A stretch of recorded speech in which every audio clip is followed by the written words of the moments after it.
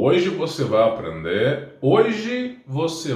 aprender história, mas não a história que lhe é contada nos livros, nas escolas, do senhor feudal, da realeza, da plebeia, dos senhorios, nada disso. Hoje você vai aprender energia livre, vai aprender sobre grandes civilizações que foram extintas e muito mais, até mesmo discos voadores.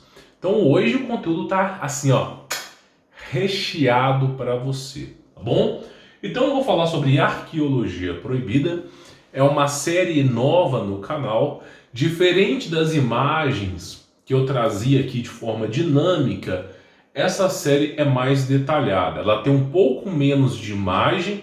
Em vez de ter 70, 80, 100, 50, tem apenas 15 a 20, mas com fontes, detalhes para você poder pesquisar, tá bom? Só que antes de iniciar o vídeo, deixa eu explicar uma coisa. Esse PDF que você está vendo aí, ele vai estar disponível para os alunos do Como Vencer Todas 2.0. Para quem adquiriu Como Vencer Todas a partir do ano de 2021, vai contar com esse PDF disponível lá para poder acessar e estudar. E se você não sabe o que é o Como Vencer Todas, eu ensino para você a quebrar essa engrenagem de formiga operária que lhe ensinam. Que para você conquistar uma casa, para você conquistar alguma coisa na sua vida, são anos, tem que estudar muito, tem que fazer pós-graduação, MBA, falar pelo menos 4 idiomas, até o castelhano, tem que falar todos, mandarim, até o esperanto você precisa falar, para você poder ganhar o seu salário de R$1.000, R$2.000, R$3.000. Enquanto o filho do dono, os grandes empresários, mal fazem quinta, sexta série, e já estão ganhando milhares e milhões, você pensa que precisa de educação para ser alguém na vida.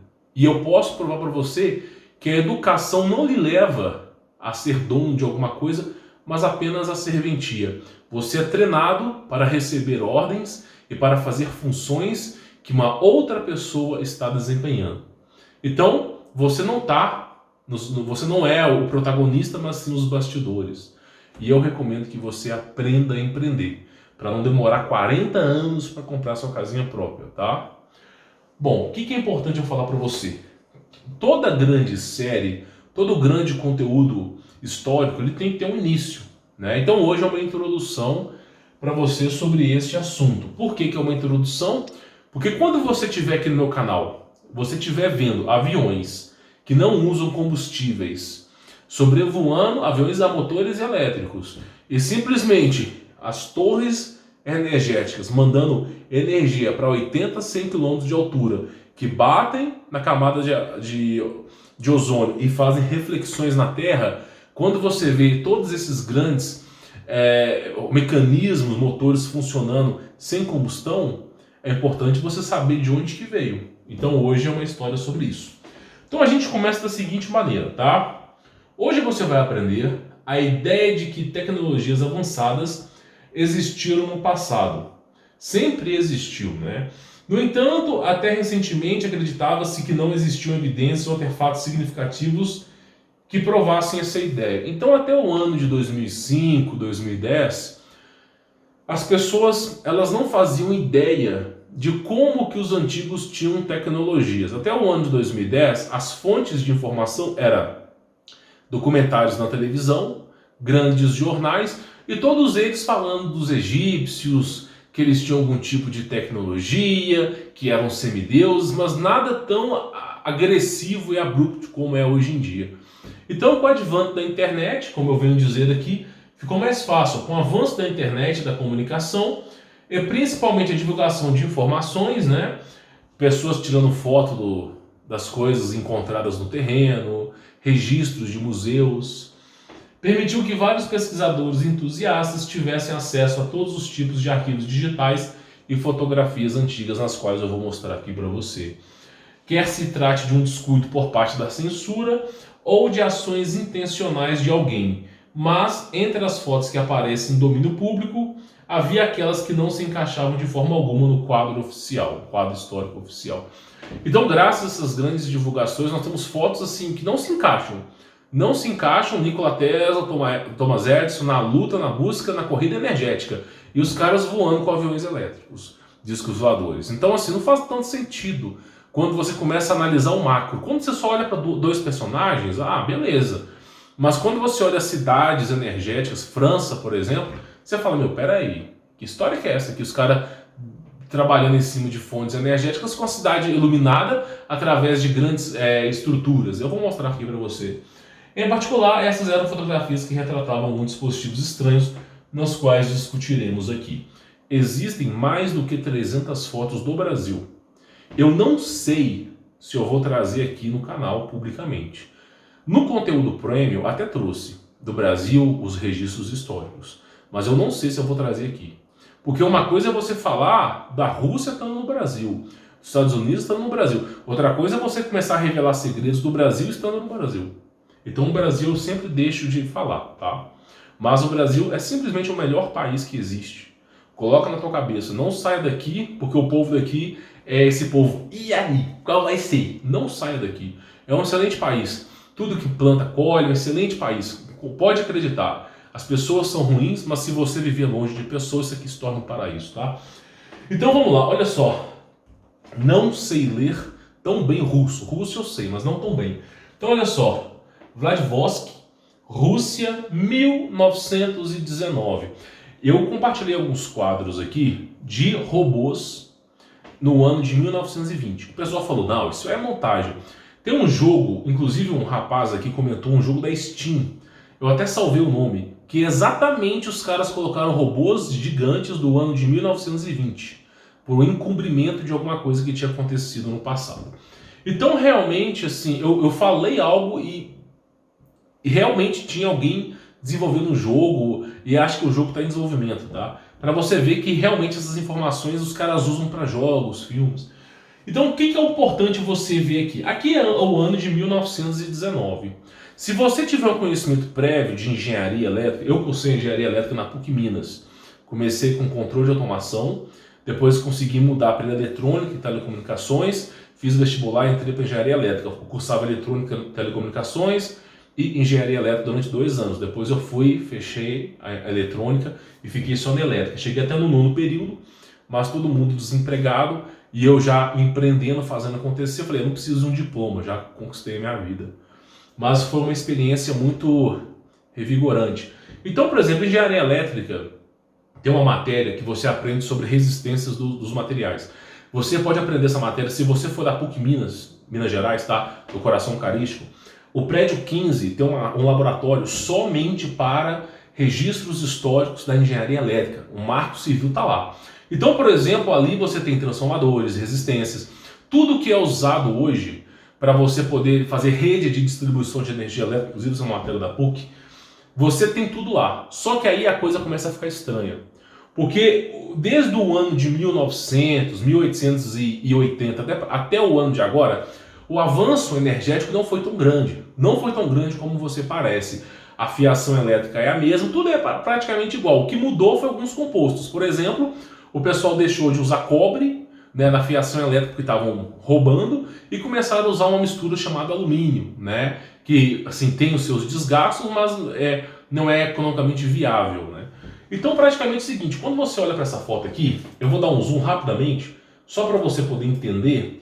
Você vê que esses postes de energia, eles simplesmente não coincidem com os postes convencionais. Por que não coincidem? Porque eles sempre têm um vaso em cima deles, um amparo de um vaso de cerâmica. É um exemplo, não é uma decoração, porque o mundo inteiro, grandes civilizações fazem o mesmo padrão energético, com esses vasos aparentemente de cerâmica, tá? Não tem transformador no poste, não tem grandes fiações elétricas, tá? E é uma informação conflitante. Por exemplo, aqui, nós temos aqui, tá? Na Austrália, essa imagem à esquerda aqui na Austrália, e a direita também é na Rússia, tá? Então os monumentos tinham esses grandes postes, com um tipo de vaso desconhecido, não era decoração. Porque se fosse decoração, por exemplo, lá no Rio de Janeiro, no Cristo Redentor, tem fotos históricas do ano de 1860 com esses mesmos vasos. E a cultura brasileira não tem nada a ver com a europeia, mas tinha os mesmos vasos nos mesmos lugares. Então parece, ao que tudo parece, tem esses vasos que de alguma maneira parecem transmitir algum tipo de energia elétrica, tá? Aí você fala, aqui está a Rússia, Austrália, nós temos o que aqui? A Índia, e o pessoal acha que isso é objeto de decoração. Só que quando eu começar a mostrar para você máquinas funcionando, aparentemente algum tipo de energia desconhecida, você vai entender. Então aqui está na Índia, né? Os mesmos postes aqui na Índia, tá? Em todo o mundo e em diferentes séculos. Eu vou mostrar para você que até antes de Cristo tinha isso, tá? Em todo o mundo, em diferentes séculos, existia a instalação desses vasos desconhecidos no nível dos telhados. Eles sempre estão nos telhados ou em alguma parte que você quer energia, tá? E várias estruturas de cúpula. Então, ao que tudo parece, a energia do passado que foi resetada, que nós desconhecemos, usava cúpula e telhados. E isso é fácil de entender porque que grandes monumentos indianos, do Paquistão, todas aquelas grandes estruturas desconhecidas usam cúpulas e vasos. Agora fica até mais fácil de entender, né? Isso levou à ideia de que esse segredo dessa tecnologia está de alguma forma conectado com a atmosfera. E vai fazer sentido no final desse vídeo, porque eu vou mostrar para você aquela torre de Tesla, o conceito dela que é dissipar energia pela atmosfera, tá? No qual veremos a seguir. No entanto, tudo acabou longe de ser um simples equívoco. Afinal, o uso dessas embarcações vai muito além dos telhados e estruturas em forma de cúpula. Recipientes semelhantes também são encontrados em móveis comuns, ou não muito comuns, né? Como você vai ver aqui agora. Por exemplo, aqui nós temos essas grandes máquinas funcionando, aparentemente sem grandes estruturas energéticas. Você tem que lembrar que não existia, não era tão cabível a eletrônica no passado. Pelo menos não ortodoxamente. Porque a eletrônica, smartphone, essas coisas é advento do século 90, tá? Dos anos 90. O que tinha no passado era elétrica, era coisa pesada. Você quer fazer uma coisa funcionar, grandes bancos de capacitores, resistências imensas, cerâmicas imensas, toda a grande distribuição imensa. Inclusive o primeiro computador da história tinha o tamanho de um prédio. Depois que foi mudando. O primeiro HD cabia acho que 10 megabytes e era do tamanho de uma sala, só para tu ter ideia. Então não tinha eletrônica, era tudo na base da elétrica. E aí você vem em informações conflitantes. Por exemplo aqui, ó, vou mostrar para você aqui agora, ó. Eu vou botar isso aqui para frente. Essas mulheres trabalhando, ao que parece numa companhia de telefônica. Mas pera aí, como é que pode uma companhia de telefônica há um ano que não se existia telefonia, né? Ou pelo menos ninguém sabia, porque foi desenvolvida na G2, na G1. Aí começa a criar as ideias, né? Então tá lá, esses aparatos, olha só para você ver, eles ficam lá em cima. Olha da imagem para você ver, eu tô passando o mouse aí. Ao que parece, é isso que dá energia. E olha aqui os vasos, ó. Isso não é objeto de decoração. O mundo inteiro não ficou colocando vasos em cima de objetos de telhado apenas para alegorias e coisas felizes. Os caras colocaram isso aí, tem algum propósito, tá? É como eu disse no vídeo dos padres. O Vaticano manda milhares e milhões de padres com maletas de matar monstro, né? À toa, simplesmente porque quer trollar a humanidade. Então, simplesmente, esses vasos é algo bem estranho quando você analisa, tá? São vasos, assim, bem conflitantes, informações bem conflitantes sobre esse assunto, tá? Você olha e fala, como é que pode uma coisa como essa? E olha só esses níveis de vasos aqui, né? Então parece, ao que tudo parece, eles tinham isso como grandes receptores de energia, tá? Vou voltar isso aqui. E nós temos aqui, ó, esse aqui, ó, os relógios e lâmpadas. Relógios, telefones, inclusive lâmpadas, acho que vai ser o próximo vídeo. Relógios, né, telefones sem fiação elétrica, mas com uma espécie de vasos receptores acima. Então vamos pegar aqui para destrinchar, só para você poder ter uma ideia. Olha esse relógio aqui. Faz algum sentido para você? Como é que esse relógio funciona? Não existe essa história de motor perpétuo. Uma hora vai parar. Até mesmo o pêndulo, se você colocar qualquer coisa no vácuo, uma hora a energia vai parar. Perfeito e infinito só Deus. Então, simplesmente, esses grandes relógios, eles precisavam de alguma coisa para funcionar. E muitas vezes, ó, os vasos, receptores de energia. Você pega, por exemplo, aqui, esse caso aqui de um telefone, essa é a primeira coisa que você para e pensa nesse telefone. Onde que está a fiação? Onde que se encontra a fiação desse telefone? Cadê aquela grande e grossa fiação de telefonia para quem estudou eletrônica e telecomunicações? Na PUC também tem um prédio, tem a sala 33, se não me falha a memória, tá? Que fala sobre o seguinte: você aprende sobre eletrônica e telecomunicações e o sinal que era enviado de telefonia era um falava e quando um falava o outro não conseguia ouvir, ou não conseguia pronunciar. Então, enquanto um fala, o outro escuta. Aí quando um terminar, fica disponível para o outro poder conversar. Com o tempo foi mudando as coisas. Isso foi na década de 70, 60. Agora, como é que pode, em 1900 alguma coisa, ter telefone sem fio e aparentemente com alguns receptores de energia elétrica desconhecidos, tá? E aí, nós chegamos aqui, ó, a simplesmente lâmpadas, que também, esses grandes monumentos eram concreto armado, os caras não ficavam passando tubo PVC ali para poder colocar rede de distribuição de energia elétrica, né? Então, como é que essas lâmpadas funcionavam? Então, são coisas que são bem intrigantes do passado, tá? Vamos pegar aqui para você ver. E olha só essa foto aqui, ó. Essa aqui é uma retratação chamada Adoração dos Reis, de Jean Gossart, tá? Do século XVI, né? O ano de 1600 depois de Cristo. E aí você vê o que? O mesmo padrão, né? O mesmo padrão no século XVI. Você vê esses monumentos estranhos, que aparentemente estão aí. O pessoal acha que é objeto de decoração, mas tem um propósito, tá? Aí nós chegamos aqui na Alemanha, olha o tanto de receptáculo que tem, abóbada, né? E parece que é um padrão energético para você receber energia livre. Então, olha como é que é na Alemanha. Aí, o curioso caso, para você começar a entender sobre esse assunto, vem aqui, ó, na Rússia. Olha só essas duas torres aqui, tá? Isso aqui é lá na Rússia. E olha só, aparentemente, primeiro tem esse poste estranho aqui, que não é convencional, tá? Para nenhum país e nenhuma tecnologia de sua época. Mas vamos tentar apenas essas duas estruturas aqui. Olha só esse pêndulo aqui, esse tipo de, vamos dizer, obelisco, né? Que aparentemente, olha só, a fiação elétrica da cidade inteira. Olha bem, porque isso aqui foi um marco. Eles começaram a substituir a energia elétrica nessa época. Então, as duas energias começaram a ficar conflitantes, eles começaram a substituir. Eu vou até mostrar algumas fotos para vocês. Então, você vê fiação elétrica ligado a um tipo de pêndulo, ó, a um tipo de obelisco. Mas para quê? Não tem no lâmpada, não tem nada nesse obelisco. Aparentemente seria concreto, né? Mas é desse obelisco que se transmite energia elétrica. Então, é o obelisco que está transmitindo energia elétrica para a cidade, eles estão sabotando a energia livre, começando com essa rede de distribuição de energia elétrica, tá? O lugar chama Tanroad, Rússia, tá? Torres de cerâmica transmitindo energia, até contraditório, cerâmica que é um grande isolante térmico, né? Térmico e também de eletricidade, inclusive é usado isso hoje amplamente, né? Se você, por exemplo, for ver as instalações de energia elétrica, eu visitei uma estação de energia elétrica, tá? De Belo Horizonte.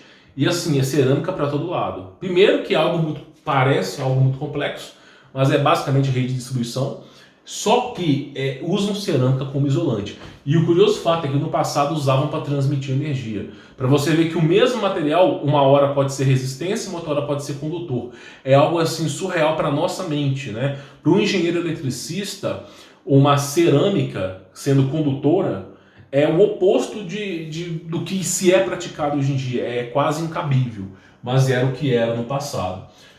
Nós temos aqui, no ano 1700, olha para tu ver, não tinha Nikola Tesla, não tinha Thomas Edison, não tinha nenhuma dessa galera da General Electric, não tinha ninguém, não tinha corrida de energia elétrica. Em teoria usavam-se lampiões, né? Então você queria, por exemplo, iluminar uma cidade, tinha velas nos postes, né? Então eles tinham um certo tipo de iluminação, mas nada próximo da energia elétrica, tá? Aí vai dizer que o cara ficou empinando a pipa aqui, essa história todo mundo já conhece.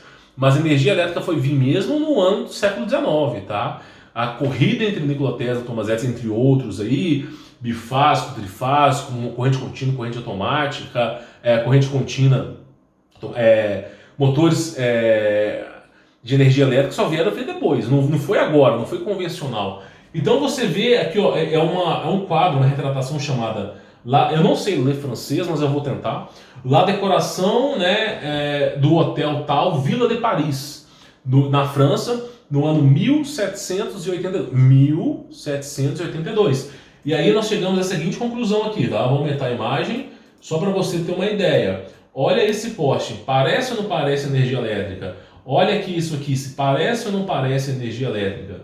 Isso aqui são fogos de artifício, obviamente, né? Mas olha esses dois postes, olha que curioso caso esses dois postes aqui. Então você vê que aparentemente existia energia elétrica naquela época, não era tão ampla ao público, mas existia. Existia, então a história foi resetada. Isso é óbvio, conflitante com os livros de história.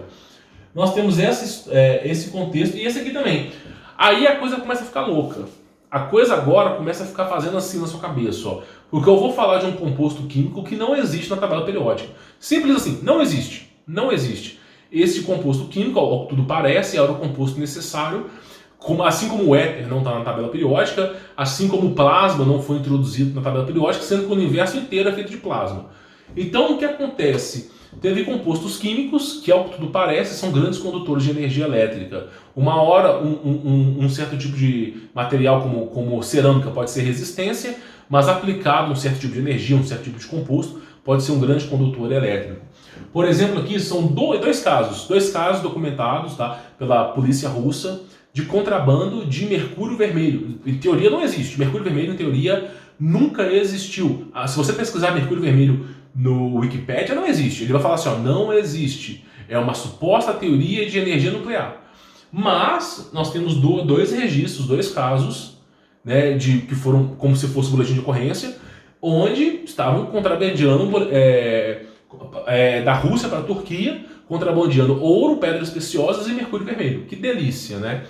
Então, por exemplo, aqui, ó, o artigo à esquerda, esse aqui, fala sobre mercúrio vermelho sendo contrabandeado para fora da União Soviética, que veio a ser Rússia, né, após sua queda. A notícia certa é sobre 2 georgianos sendo pegos na fronteira com a Turquia por uma tentativa de contrabandear mercúrio vermelho, que em teoria não deveria existir, né? Césio e algumas pedras preciosas. Eles foram pegos porque os scanners detectaram radiação, tá? E se a substância desejada pode de fato ser criada usando ouro e mercúrio. Então parece que você cria esse novo composto com ouro e mercúrio. Sabe quem falou muito sobre isso? Eu não me lembro qual filme, não me lembro de qual filme do Homem de Ferro, que era o Homem Latão no passado, virou Homem de Ferro depois. Mas tem um filme no Homem de Ferro que ele está conversando com aquela robô inteligência artificial lá, e ele cria um novo composto. Ele vai mexendo, como se... Na verdade, o Homem de Ferro é puramente Tubal-Caim. É a história da Bíblia, do homem que se embocou num buraco, um príncipe que se embocou num buraco, saiu de lá erguido em grande tecnologia. Então, basicamente, é a mesma história da Bíblia. Só não está no livro, no cânon bíblico, tá? Mas, acho que foi no Homem de Ferro 2 ou 3, ele cria um novo composto. Parabéns, senhor Homem de Ferro, não lembro o nome dele. Mas você acaba de criar um composto, e parece que o pai dele que estava desenvolvendo esse projeto. E, simplesmente, o projeto estava na mão. É um certo tipo de material com grande capacidade condutora elétrica e que produz energia. Parece que para funcionar tem que misturar ouro com mercúrio. Você não vai encontrar nenhum livro de história. Eu posso afirmar para você que você pode entrar no Google e pesquisar o que você quiser. Você nunca vai achar essa fórmula. Nunca. Mas, tá lá, contrabando está o mercúrio vermelho. Pois é, essa é a história que não lhe foi contada. Então, olha só. Se a substância desejada pode de fato ser criada usando ouro e mercúrio, isso explica bem porque o ouro é a moeda mundial mais confiável. O ouro é a base da eletricidade, tá? Da base da tecnologia. Isso explica bem, tá? Sendo ao mesmo tempo caro e difícil de obter. Bem como porque o mercúrio foi declarado extremamente perigoso. Mercúrio, você passava metiolate no lugar, antigamente era mercúrio, né? Então, simplesmente, aquele composto que você usava para curar feridas, agora é super venenoso. Os seus antepassados usaram aquilo ali, eles não sabiam. Mas hoje nós temos metiolate que não arde, mas no passado era mercúrio. Que delícia. Uma hora é algo que cura, outra hora é algo super venenoso. Que delícia. Mas obviamente, mercúrio também não é algo que você deve injetar no seu corpo. Isso é óbvio, tá? Vamos lá. bem como porque o mercúrio foi declarado perigoso, né, tóxico, que deve ser eliminado do uso doméstico. A suposição de que esses dois elementos poderiam ser usados juntos para criar substância especial é evidenciada pelo fato que o ouro e o mercúrio são elementos adjacentes na tabela periódica, um do lado do outro.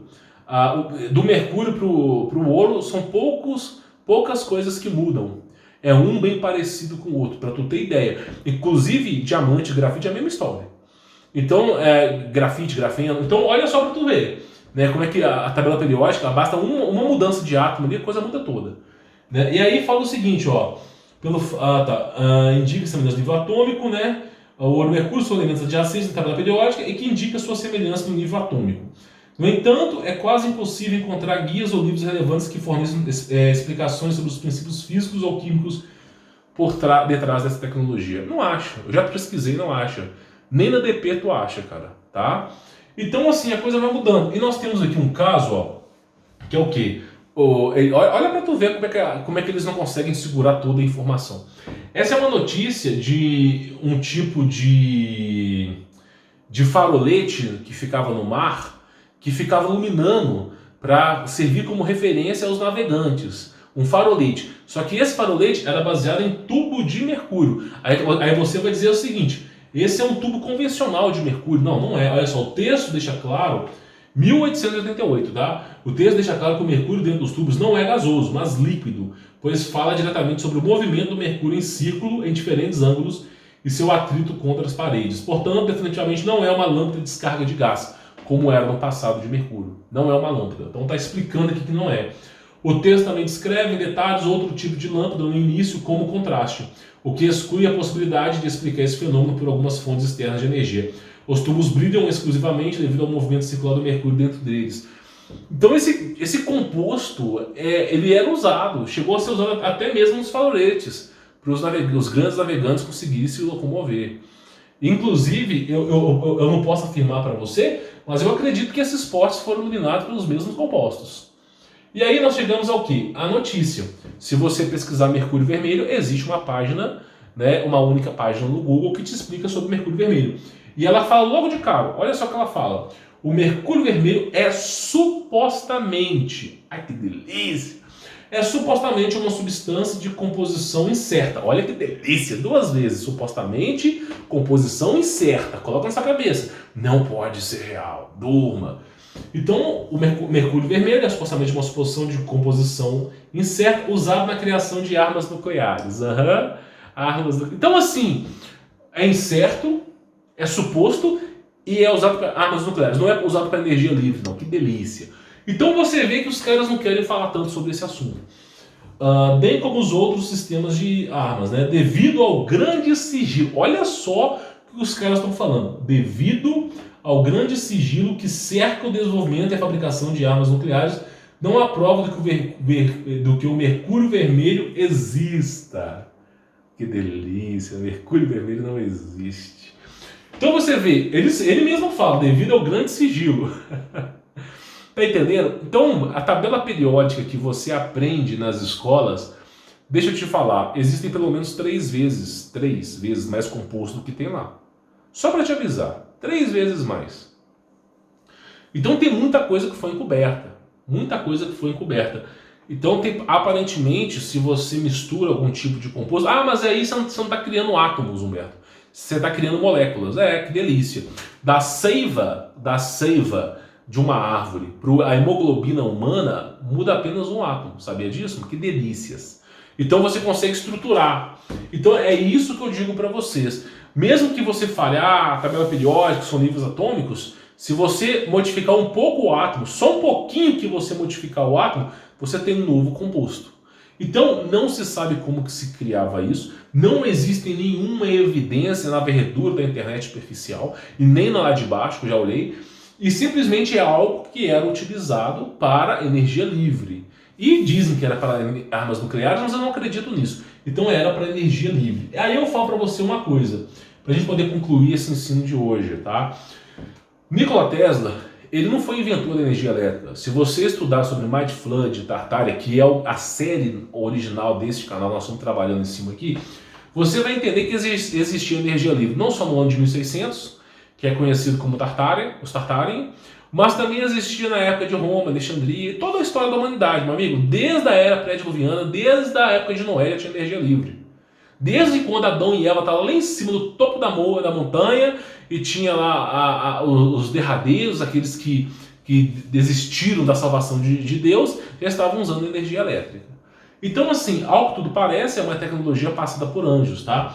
E aí nós temos o que? Torres de distribuição de energia elétrica. Essa torre aqui, que você está vendo na imagem, ela emite, de alguma maneira que desconhecida para nós, energia para cima. De alguma maneira, essa torre, ela manda bilhões e bilhões de quilowatts, alguma coisa desse gênero, lá para cima, na estratosfera, na camada de ozônio, algum lugar na superfície da Terra.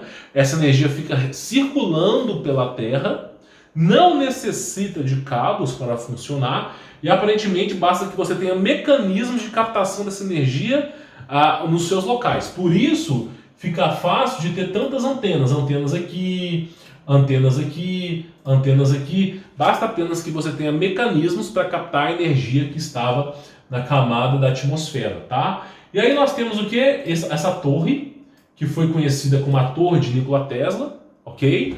O pessoal conhece, como eu já contei a história, que ele chegou no investidor, falou assim, ó, chamou o investidor para ir no topo da montanha, chegando lá, estava tudo apagado, ele ligou assim para cima a energia, essa torre começou a funcionar e estava entupido de lâmpadas, né, na montanha. Aí ele falou com o investidor, pega uma lâmpada e teste para você ver. Aí o investidor falou, essa lâmpada está quente, não vou pegar para não queimar minha mão.